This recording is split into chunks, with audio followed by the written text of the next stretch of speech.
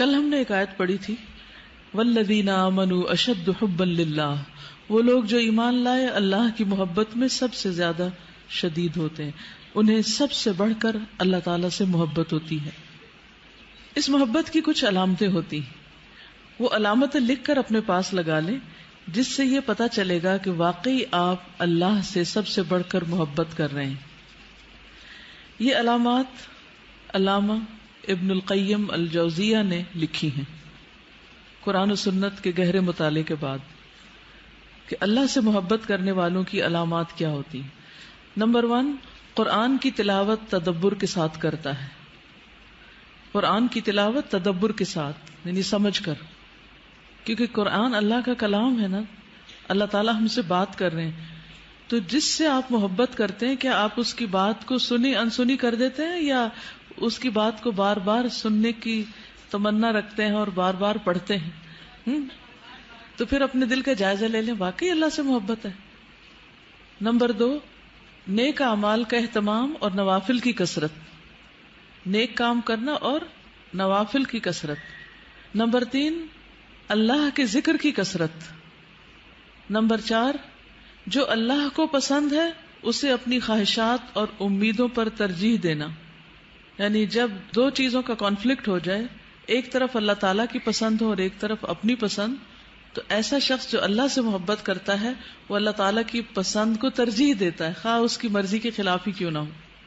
Number 5، دل میں ہر وقت اللہ کے نام اور اس کی صفات کو یاد کرتا ہے۔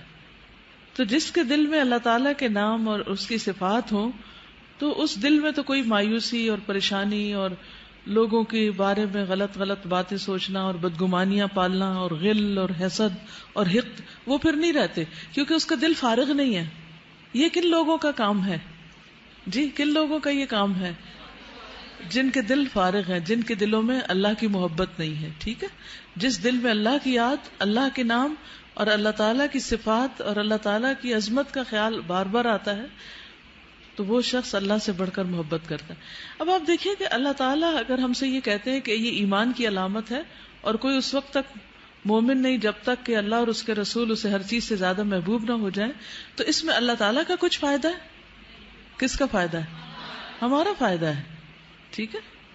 نمبر 6، اللہ کی کائنات پر غور و فکر کر کے ایمان بڑھاتا ہے۔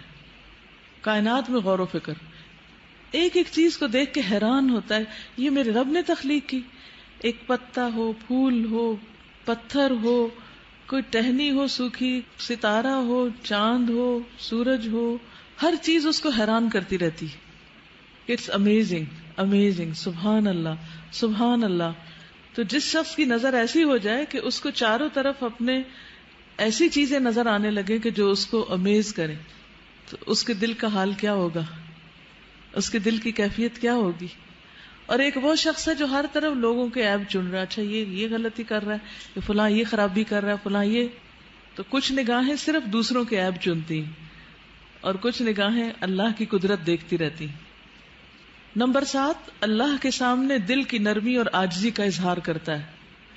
اللہ کے سامنے عاجزی کا اظہار کرتا ہے، یعنی نماز تو پڑھنا ہی پڑھنا ہے، لیکن اس کے علاوہ بھی اپنے آپ کو اللہ سبحانہ وتعالیٰ کا ہمبل سرونٹ ڈکلیئر کرتا ہے کہ میں کچھ نہیں ہوں، میرے اندر کچھ نہیں، میں بہت گناہ گار ہوں، اور جو کچھ ہے وہ بھی سب اللہ کا دیا ہوا ہے۔ نمبر 8، رات کی تنہائی میں اللہ کے ساتھ وقت گزارنا پسند کرتا ہے۔ رات کی تنہائی میں اللہ کے ساتھ وقت گزارنا پسند کرتا ہے۔ نمبر 9، رات کی تنہائی میں قرآن مجید کی تلاوت اور استغفار کرتا ہے۔ وَبِالْأَسْحَارِ هُمْ يَسْتَغْفِرُونَ۔ نمبر 10، صالحین کی صحبت اور ان کے علم سے فائدہ اٹھاتا ہے، اسے نیک لوگوں سے محبت ہوتی اور ان کے علم سے استفادہ کرتا ہے۔ نمبر 11، ان گناہوں سے دور رہتا ہے جو اس کے اور اللہ کے درمیان پردہ بن جائے، یعنی جس سے دل پر میل آ جائے اور اللہ تعالیٰ سے دل دور ہو، یعنی ہر اس گناہ سے بچتا ہے جس سے اللہ تعالیٰ سے دوری آتی ہو۔ انسان کو خود بھی پتہ چل جاتا ہے نا کہ میں نے یہ کام کیا تو میرے دل میں اللہ تعالیٰ کی محبت اس طرح محسوس نہیں ہو رہی، تو آئندہ مجھے یہ کام نہیں کرنا۔ انسان خود اپنا محاسبہ شروع کر دیتا ہے۔ ابھی آپ کے لیے چیک لسٹ ہے. دعوے تو ہم سب کرتے ہیں کہ ہم اللہ تعالیٰ سے محبت کرتے ہیں نا، لیکن کیا واقعی کرتے ہیں؟ سوچنے کی بات یہ ہے. تو یہ آپ کے پاس ایک کرائیٹیریا ہے جس پر آپ اپنے آپ کو پرکھ سکتے ہیں.